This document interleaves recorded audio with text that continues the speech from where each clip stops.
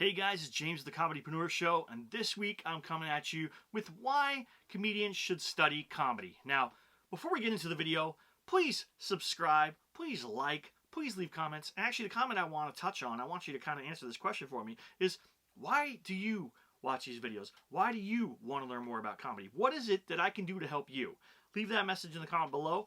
I will leave some messages and maybe make some videos. Now, one comment did stand out to me this week. Someone said that I should keep my beard, keep my furry face. I'm sorry. I'm glad that you like it. I hate it. It itches, and also I look like a pirate with scurvy. It's all patchy, so I'm not going to do that. Now, you'll notice in some videos there are times where I'm not shaving, and that's just a day or two of no shaving. Trying to grow a full beard, it looks terrible. So, we're not going to do that. But, now let's get into this video and talk about why comedians should study comedy. So, let's get to it.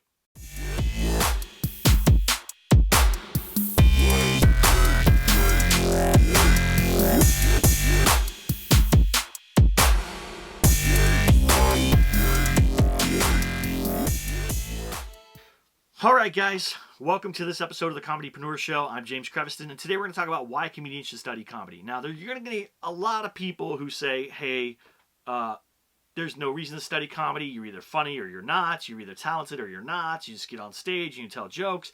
Whatever it is, there's a lot of misconceptions out there. Now, I like to think of comedy as a sport. Now, it sounds weird to say that because we don't physically, hit guys. We don't hit baseballs. We don't dunk. We don't hit pucks, we don't crash into each other, nothing like that, right? But it is a challenging sport. I used to do MMA and boxing, so I'm going to always kind of equate it to those things because that's what I know best. I played baseball and football, but this, I like to think of comedy as a combat sport, right? You throw something, that's your joke, the crowd laughs or they don't laugh, so either you get that positive back like you landed it, or you get to take the shot yourself because that joke failed. So studying comedy is important because you're going to learn from successful comedians. So number one, you'll learn from successful comedians, people who've gone before you. So find your favorite comedian, watch their specials, listen to their audio, whatever it is, do those things because it's going to make a big difference in your stand-up as well. You can break down jokes there. You can take each joke, break it down, find the punchline, find the setup, find the punchline, find the tags if there are any tags. Break it down so you know what a joke looks like. Now, there's a lot of books out there that help you. I'll do a whole video about those. There's also, if you go to ComedyPreneur, there's a whole thing about books you should read. The second reason you should do so is because what you're going to do is you're going to learn, maybe you have parallel thinking. They call it parallel thinking, or they call it paradox. I forget what it's called. Anyways, parallel thinking, where you have a joke that's similar to someone else's joke. And if you listen to a lot of comedy, sometimes your jokes that you write are going to be similar. So it's good to study that and listen for jokes. And if you think everything, did I come up with that? Or did I hear that somewhere? Like, once you start doing that, then you're realizing, you're listening to a lot of comedy, which is great. But two, that you're on the right track because you're coming up with some smart thoughts. Now, you don't want to steal a joke. You don't want to take a joke. If you're a guy and you think a woman comedian has a funny joke, you don't want to take it and just switch woman for man. Or, if you're an Italian comedian and you hear a Latino comedian do something, you don't want to go and say, hey, just switch Latino for Italian and, taco for spaghetti. There's people who've done some of those similar things. I'm not going to call them out here, but you know who they are. If you're a comedy fan or you're a comedian, you know people stealing jokes, and they've been caught on that. So you don't want to steal jokes, and you want to be able to have that confidence. So the more you listen to stand-up, the more you watch stand-up, the more you're going to understand how people actually do jokes, how they come in and present themselves, and you're going to get that as well. One of my favorite people who hasn't done stand-up for a while, though he did a Netflix special recently, is Judd Apatow, and he did it in a masterclass, and he talks about why comedy translates across all pieces. So yes, you want to be a stand-up comedian, but as I said before, and I've said it on the podcast, I've said it on other things, I was always told, don't be a one-trick pony, right? So if you're stand-up, what else are you doing? Ask yourself, what else do I want to do? Do I want to be a podcaster? Do I want to be a filmmaker? Do I want to be a comedy writer? Do I want to be a TV writer? Do I want to write feature films? Whatever it is, don't be a one-trick pony. So you stand up to learn joke structure and then move on to there. And I would recommend you take the masterclass, the Judd Apatow masterclass, and I'm going to do a video about those, the Judd Apatow Masterclass and the Steve Martin Masterclass very soon, and give you a review so you guys know what it is. But right now I'm telling you that Judd Apatow Masterclass is amazing. Also, if you've ever heard of Malcolm Gladwell, he talks about the 10,000 hour rule. Now, I'm not a firm believer that the 10,000 hour rule is 100% correct. Like, I don't think that it's 100% right.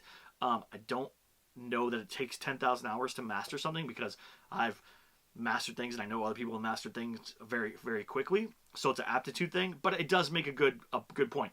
Practice makes perfect, right? The more that you do something, the more that you have repetition, the better you're going to be at it. So the more you watch stand-up, the more you study stand-up, the more you're going to understand stand-up, the more you're going to understand joke structure, performance etiquette, cadence, pausing, all those things. Listening for the crowd, listening for when the laughter starts to get quieter or slow down. You hear it, because you watch stand-up, you'll hear, ha, and as that last one comes, then the comedian starts talking again, right?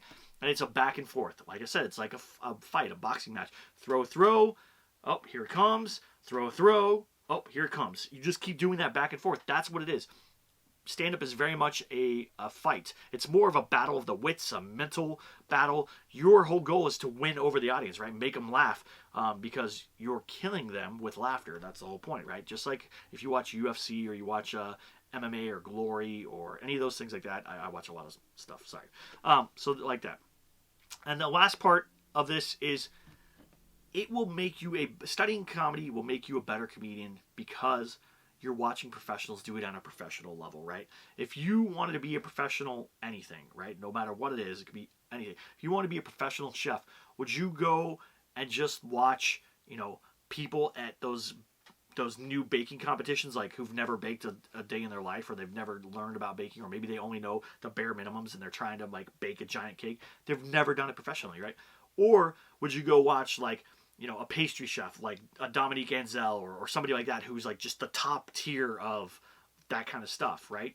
I'm a big barbecue guy. I'm not going to go watch Al at the local barbecue place, who that's his 9 to 5 and he doesn't really care about barbecue. I'm going to go watch Aaron Franklin, who's one of the best barbecue people in the world, and watch what he does and then copy that. And so I'm not saying copy it word for word or copy it part for part, but use that information to take it to your set, refine it, make it better.